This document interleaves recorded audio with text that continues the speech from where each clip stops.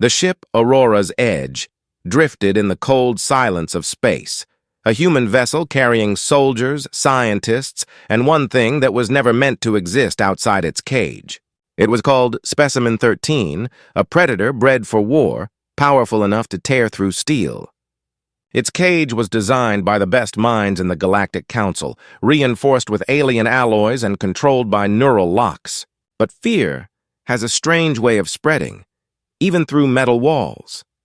No one trusted the creature. It had survived worlds burning, battles lost, and labs destroyed. And yet one human, Lieutenant Mason Rourke, had volunteered to oversee it. He wasn't the kind of man who showed fear. He believed everything could be understood, even a monster. The ship was returning from a ruined planet, a battlefield where humans and aliens had once fought side by side. But something followed them from that world, something invisible, a signal that disrupted systems and whispered through machinery.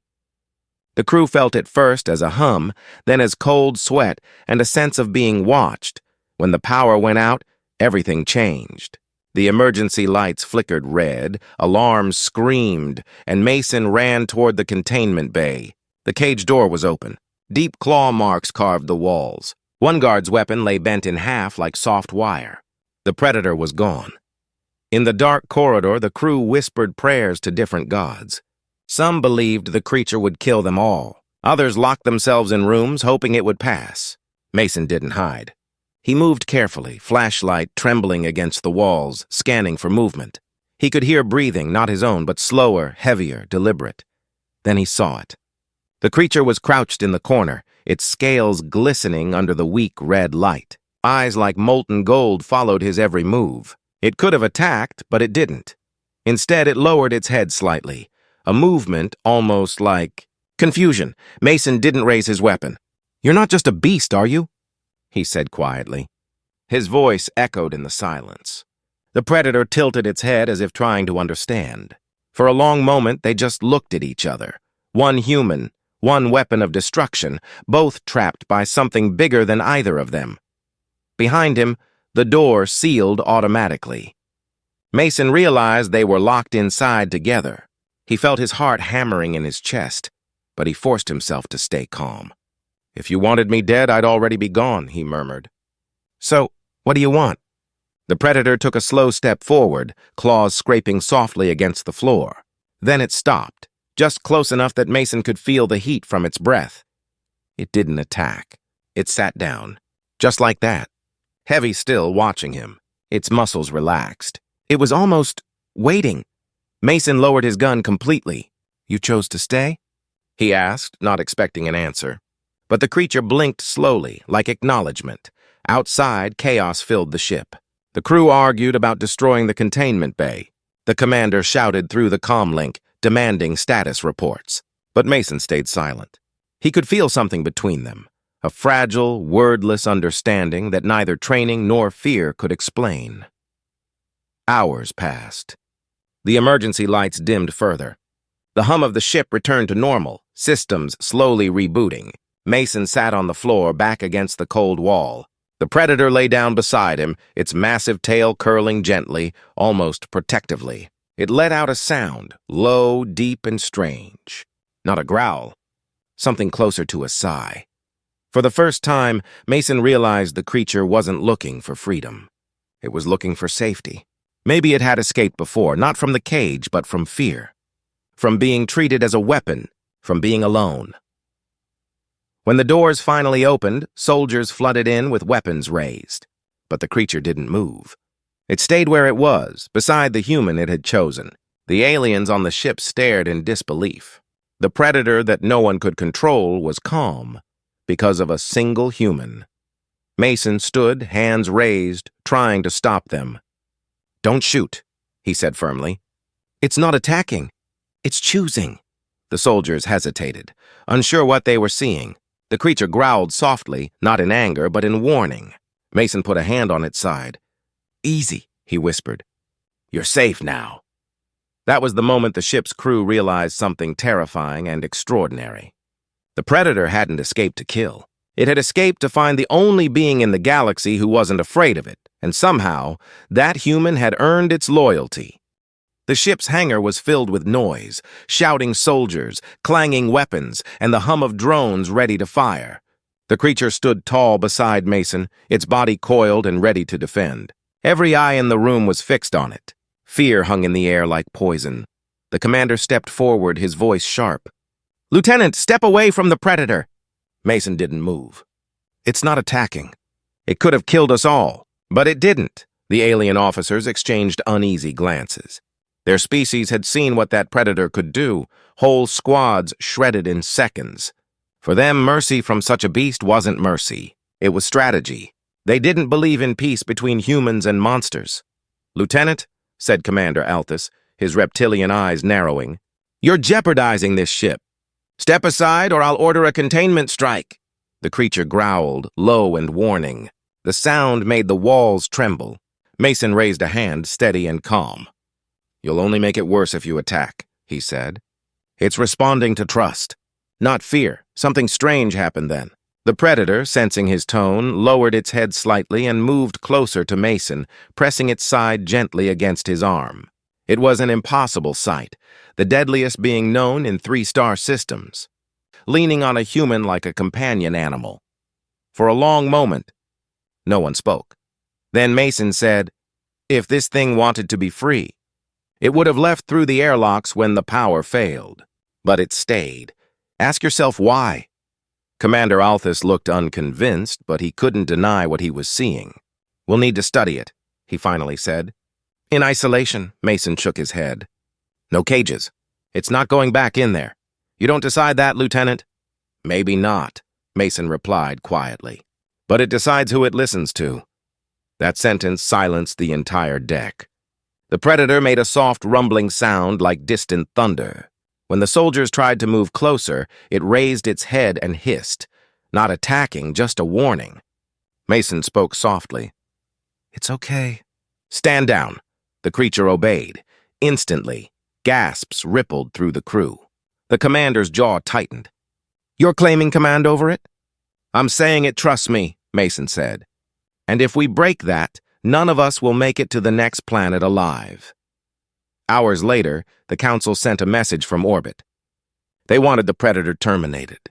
They feared what would happen if others learned a human had bonded with one of the galaxy's most dangerous species. "The risk to stability is unacceptable," their transmission said coldly. Mason read the message in silence, standing in the dim light of the ship's control room. The predator sat nearby, eyes glowing faintly, head tilted as if it could sense his unease. "They want to destroy you," Mason said quietly, "because they don't understand you."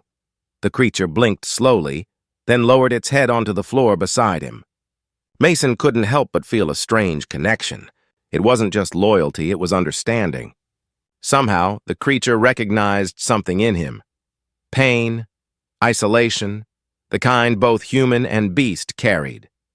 He remembered how humans were treated by the Council, seen as unpredictable, dangerous, too emotional for diplomacy. Maybe, Mason thought, that's why the creature had chosen him. They were both considered threats simply because they didn't fit the system's rules. Later that night, while most of the crew slept, the ship trembled. A shadow passed across the stars.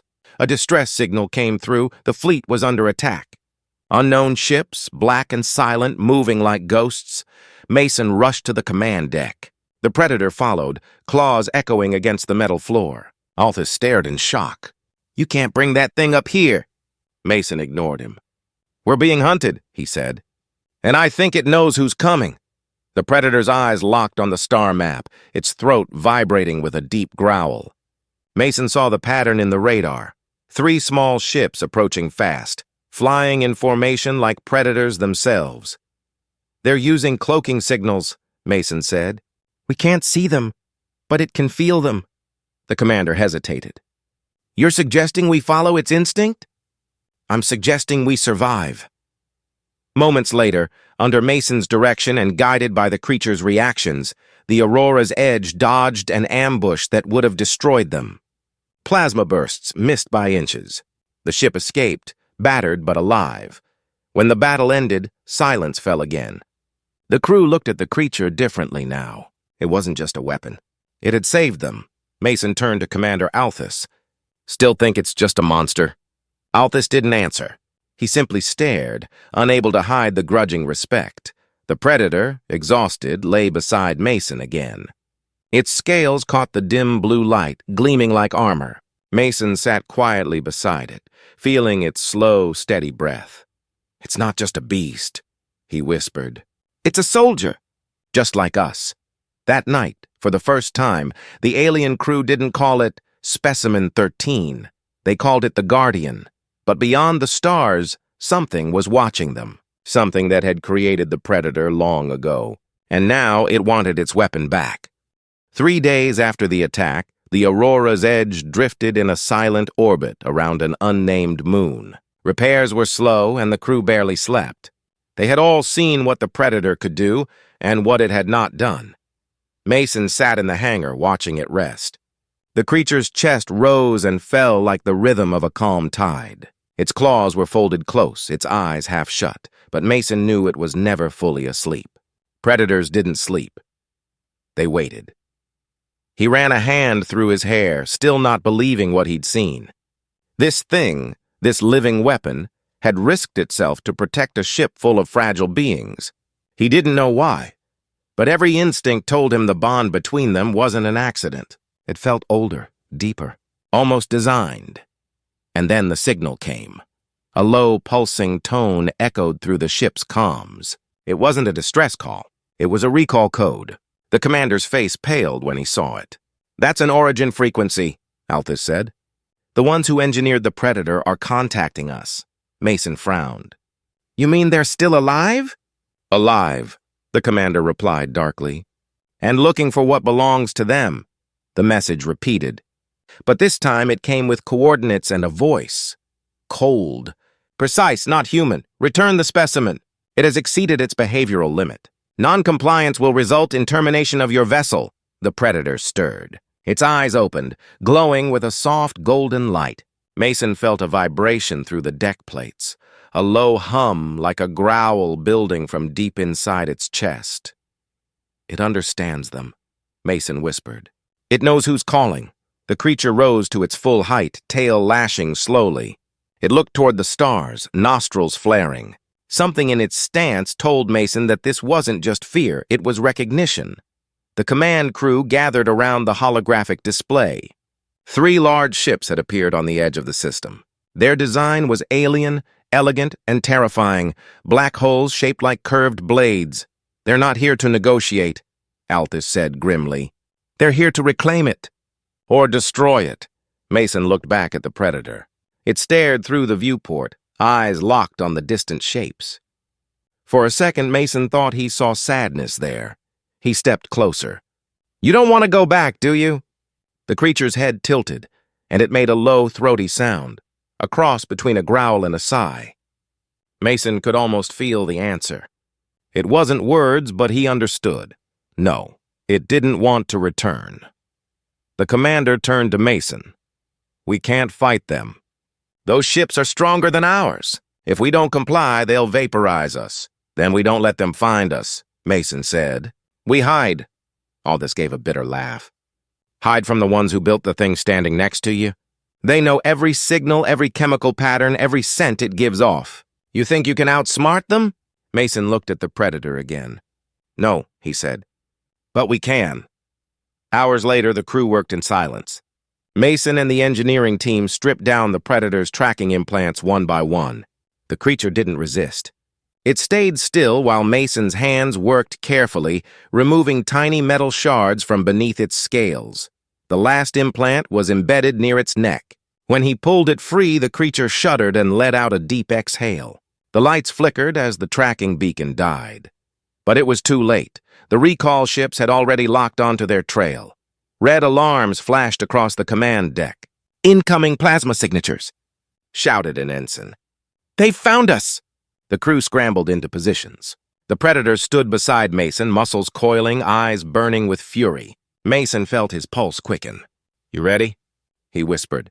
The creature gave a sound, sharp and focused, almost like a growl of agreement. The first plasma bolt slammed into the ship, rocking it sideways. Shields flared. The commander yelled, "We can't take another hit like that!" Mason gritted his teeth. Then we hit back. He pointed to the nearest targeting console. Aim at their engines. Let the creature guide the lock. Its senses are faster than ours. The gunner hesitated, then followed his lead. The Predator let out a roar that echoed through the ship as Mason fired. A streak of energy cut through the darkness and slammed into the nearest Origin ship. Its engine flared, then exploded. The crew erupted in disbelief. Direct hit! The Predator's growl deepened, eyes blazing like molten metal. It wasn't just fighting, it was protecting them. The battle raged for minutes that felt like hours. The Aurora's Edge dodged between asteroids, outmaneuvering ships designed to hunt gods. But eventually, one of the enemy ships broke through the asteroid field and aimed its main cannon straight at them. All this shouted, "Brace for impact!"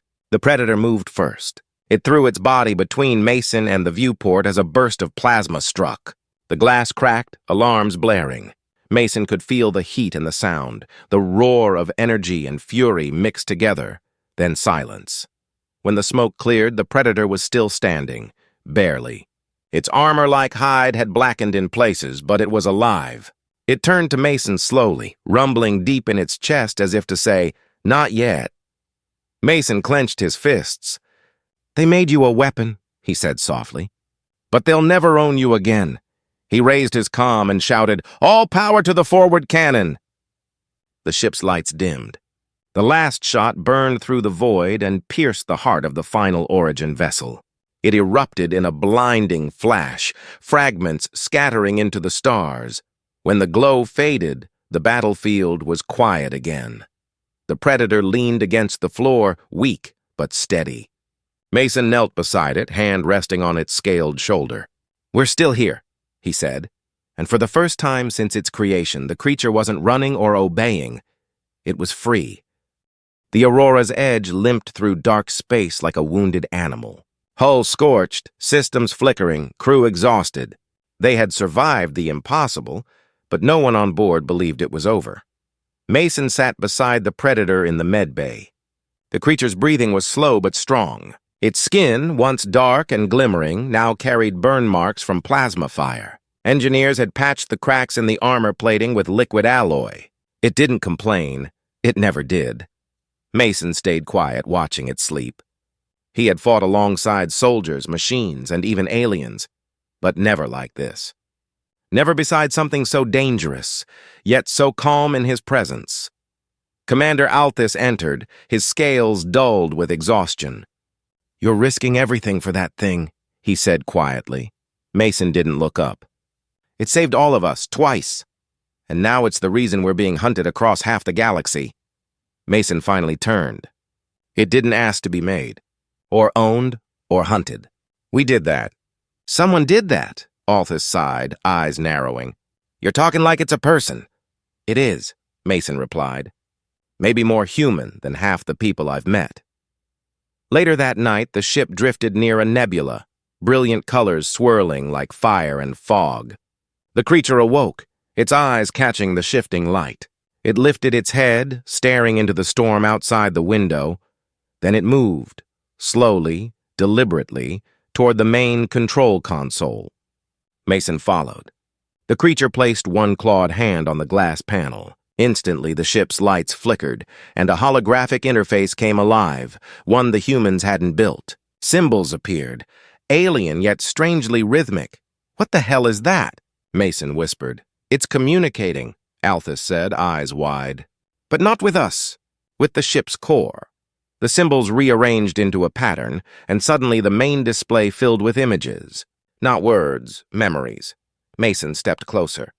The room dimmed, filled with holograms of a planet covered in steel towers and cloning vats. Rows of predators floated in tanks, connected to machines that pumped light into their veins. Scientists, tall, pale, in sterile suits, moved among them like gods, and there, in the center, was a young human. Mason froze. He saw the boy clearly, dark hair, determined eyes. The same face that stared back at him in the mirror. "What is this?" Aldous whispered. Mason's voice trembled. "That's me." The hologram shifted again. The boy was older now, standing before a council of alien engineers. Their voices echoed like thunder. "Human aggression cannot be duplicated by machines. Only through their biology can dominance be reborn. The scene showed Mason, years ago, before he ever joined the military, working in a lab he didn't remember, helping them design something that could combine human emotion with alien weaponry. And then he saw it, the first prototype.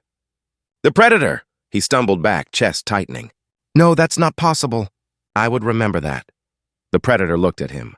For a moment, its gaze wasn't that of an animal. It was recognition. All this whispered, "You didn't just bond with it. You made it." Mason shook his head violently. "No, I couldn't have. I would never," but the hologram kept playing. The boy, his younger self, stood beside the creature as it opened its eyes for the first time. It looked at him, frightened and confused. Mason had reached out, placing a hand on its head, whispering something. And now, in the med bay, the creature made the same sound it had made then. A low rumble, soft and trusting. Mason's knees gave way. He sat on the floor, face buried in his hands. "They erased it," he muttered. "The Council. They erased everything." Aldous looked at the holograms with grim understanding. "You were part of the Origin Project. They used you, your empathy, your instincts. That's why it responds only to you."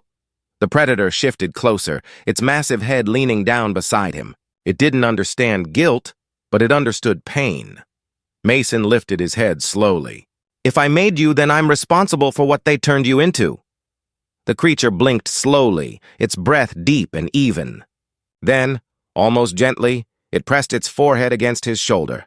The alarms broke the moment. "Ships inbound," came the voice from the bridge. "Multiple signatures closing fast." Mason stood. "Origin again?" "Worse," said Aldous. "Private warships, bounty fleets. Someone leaked our position," the Predator growled, rising to its feet. Mason could feel the vibration through the floor. He looked at it. "They'll come for both of us." The creature's golden eyes locked on his. There was no fear, only readiness. Mason smiled faintly. "Then we'll give them a fight they'll never forget." Moments later, the hangar roared to life. "Fighters launched!" Alarms screamed. The crew prepared for another impossible battle. But this time, Mason wasn't just protecting the creature. He was fighting for something else. Redemption. He stepped onto the bridge, voice steady. "You want to live?" he shouted. "Then trust me. Trust us." The Predator took its place beside him like a sentinel of living armor, its gaze fierce and unbroken. Outside the window, enemy ships appeared like black sparks in the nebula's fire. The Aurora's edge turned to face them, engines flaring bright. Mason whispered to himself, "They made you from my DNA, my instincts." But they forgot one thing about humans. He glanced at the creature, and for the first time it almost looked like it smiled. "We never stop fighting for what's ours." The nebula burned like a living storm. Red, gold, and violet clouds swirled outside the Aurora's edge as the ship cut through the glowing mist, chased by death. Behind them, 5 warships of the bounty fleet followed like hungry wolves. Each belonged to a different alien faction, all sent to claim the same prize, Mason's Predator. The ship's hull groaned under the stress. Power flickered, shields at 20%. Commander Aldous gripped the console, voice tight. "We can't outrun them this time." Mason stood beside the Predator near the viewport. "Then we stop running." The creature lifted its head, eyes glowing like twin suns. Its tail swayed slowly, muscles shifting under its dark armor-like skin. It understood what Mason meant. "Bring us around," Mason ordered. "We're fighting here." The crew hesitated. "Against 5 ships?" the gunner cried. "Against 5 ships," Mason repeated. "They came for a beast. Let's show them humanity." The Aurora's edge spun sharply inside the nebula's glowing haze. Plasma bolts lit up the darkness, streaks of red fire flashing across the hull. Mason steadied himself as explosions shook the floor. "Target the nearest ship!" he shouted. The Predator's pupils narrowed. Its breathing changed, measured, focused. It moved to the sensor station, claws tapping against the controls. Somehow, it understood the weapon systems better than the crew. Symbols flashed across the screens. Patterns of energy, weak points, power signatures. Mason didn't ask how. He just followed. "Firing sequence ready," the gunner said. "Now," Mason commanded. The ship's cannons roared. A single bolt pierced through the haze and struck the nearest enemy ship right in the engine core. The explosion turned the nebula into a second sunrise. Cheers erupted across the deck. "That's one down," someone yelled, but the celebration was short. The other ships had locked on, surrounding them from all sides. "They're going to box us in," shouted Althus. Mason's mind raced. "Use the nebula's magnetic fields." "Hide in the storms!" The Aurora's edge plunged deeper into the clouds where sensors failed and gravity bent. The colors outside twisted and pulsed, turning space into a swirling maze of lightning and light. The Predator leaned closer to the glass, sniffing the air vents as if it could sense the enemy's movement through vibration alone. Then it made a sound, a low pulse, rhythmic, steady. "What's it doing?" Althus asked. Mason listened, echoing the energy around us. Mapping the field. The Predator's hum spread through the ship. The panels flickered, reacting to it. The storm outside shimmered in time with the sound. Mason realized it wasn't just sensing the nebula, it was communicating with it. Suddenly, the enemy ships lost their lock. Confused signals flashed on their radar. One drifted too close to an energy surge, and the nebula swallowed it whole in a violent flash. The crew stared in stunned silence. Mason turned toward the Predator. "You just used the storm as a weapon, didn't you?" It blinked slowly, tail curling. "Remind me never to make you angry," he muttered, but victory was short-lived. The remaining ships adapted, switching to manual tracking. One of them fired a gravity tether that latched onto the Aurora's edge. The ship jerked violently, metal creaking under the pull. "We're caught!" the pilot shouted. The tether crackled with blue light. The Predator growled and moved toward the door. Mason followed. "What are you doing?" It turned its head slightly as if saying, "Trust me." The hangar door opened to the void. The creature stepped into the decompression chamber. Its scales flared with faint bioluminescence, glowing through the mist. "Mason!" Althus shouted. "It's going outside!" Mason's chest tightened. "Let it!" Through the viewport, they saw it leap into the storm, spinning, claws extended, body surrounded by electric light. It landed on the enemy's tethering ship like a living comet. The alien vessel fired wildly, but the creature tore through its hull. Lightning from the nebula surged around it, wrapping its body in energy. Mason watched in awe as the Predator moved faster than any machine. It ripped the tether apart with a single blow. "Signal lost," the pilot said in disbelief. "It did it. It freed us." The Predator pushed off the wreckage, vanishing into the storm. For a long moment, Mason's heart sank. Then a shadow passed over the viewport. The creature landed back on the ship's hull, gripping the armor with claws that glowed faintly from the heat. It climbed to the airlock, opened it with a thud, and stepped inside, burned, battered, and magnificent. When it walked back onto the deck, the crew stared in silence. Mason approached it, his voice quiet. "You shouldn't have survived that." The Predator's eyes flicked toward him. For a second, Mason could have sworn it smiled again. The battle was over. The nebula's light faded, revealing a field of wreckage drifting in silence. The Aurora's edge floated among it, alive but scarred. Commander Althus stepped beside Mason. "The bounty fleets are gone," he said. "But now the Council will know you defied them." Mason nodded slowly. "They can send whoever they want." He looked at the Predator. "We're done running." The creature tilted its head toward the stars, rumbling softly. Its wounds were healing faster than should have been possible. Mason realized it was evolving, adapting again. He wondered what it would become if it ever reached its full potential. In the quiet after the storm, Mason stood on the observation deck with the Predator. The nebula's colors glowed faintly behind them. "Do you remember that place?" Mason asked softly. "Where they made you?" The creature's eyes darkened. It made a low sound, not pain, but sorrow. "We're going back," Mason said. "To the origin world." "To end this." The Predator blinked slowly, lowering its head beside his. For the first time, Mason didn't feel like a man leading a creature. He felt like a soldier standing beside an equal. And somewhere in the distance, the stars shimmered, as if they already knew what was coming. The Aurora's edge approached the origin world in silence. The planet floated ahead like a scar in space, half dark rock, half burning desert, wrapped in a haze of gray clouds. From orbit it looked dead, but Mason knew better.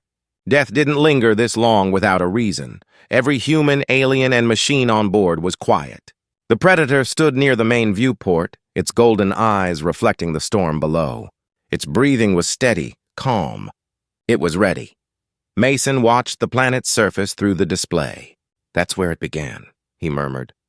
"That's where they turned humanity into a tool." Commander Althus gave a slow nod. "If the Council finds out we came here, they'll come," Mason interrupted. "They always do. But this ends where it started." The ship broke through the atmosphere. Lightning rippled through the black clouds. Below, endless ruins stretched across the landscape.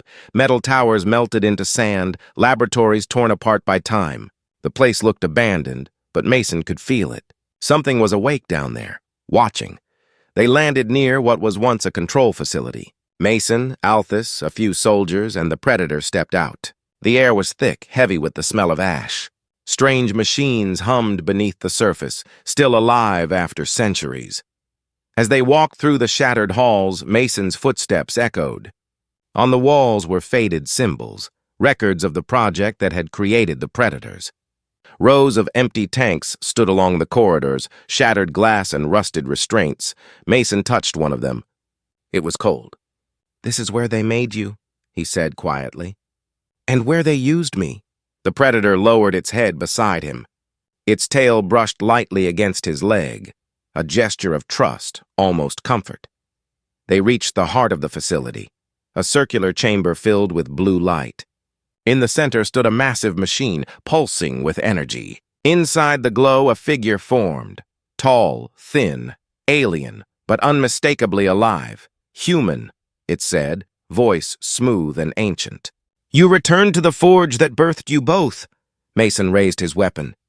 "Who are you?" "I am what remains of the Origin Council," it replied. "I made the beasts, and I made you." The word struck him harder than any bullet. "You're lying, am I?" The being stepped closer, its form flickering like static. "You were the first hybrid, a fusion of human empathy and our design. You succeeded where our kind failed. But you were unpredictable. So we erased you and kept your creation." Mason felt the ground shift under him. "You used me to build weapons, then wipe my memory clean." The being tilted its head. "You should be grateful. Your emotions made the Predator complete. It learned loyalty, compassion, and restraint from you." The Predator growled low, eyes blazing with anger. "Yet now you defy us," the being continued.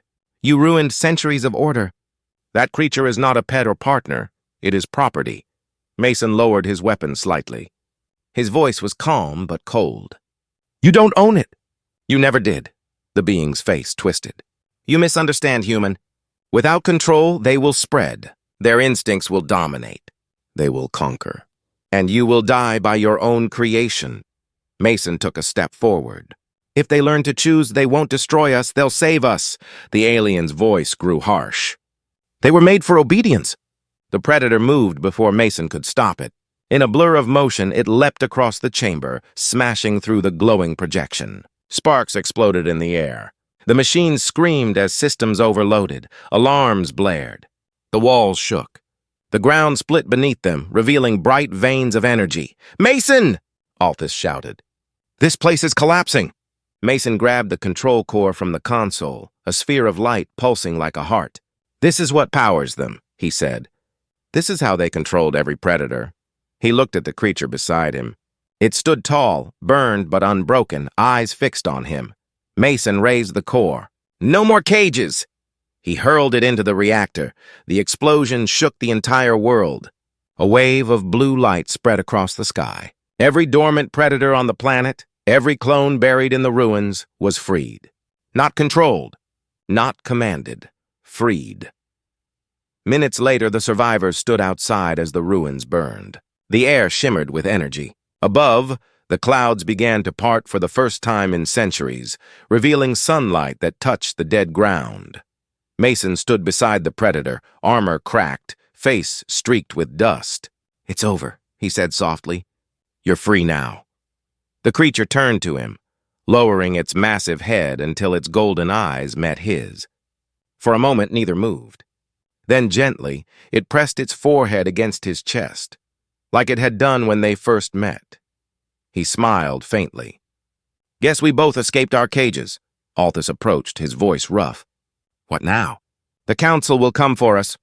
"Then let them," Mason said. "Let them see what freedom looks like." The predator lifted its head and released a deep, thunderous roar that echoed across the empty valleys. Other roars answered in the distance, dozens, maybe hundreds.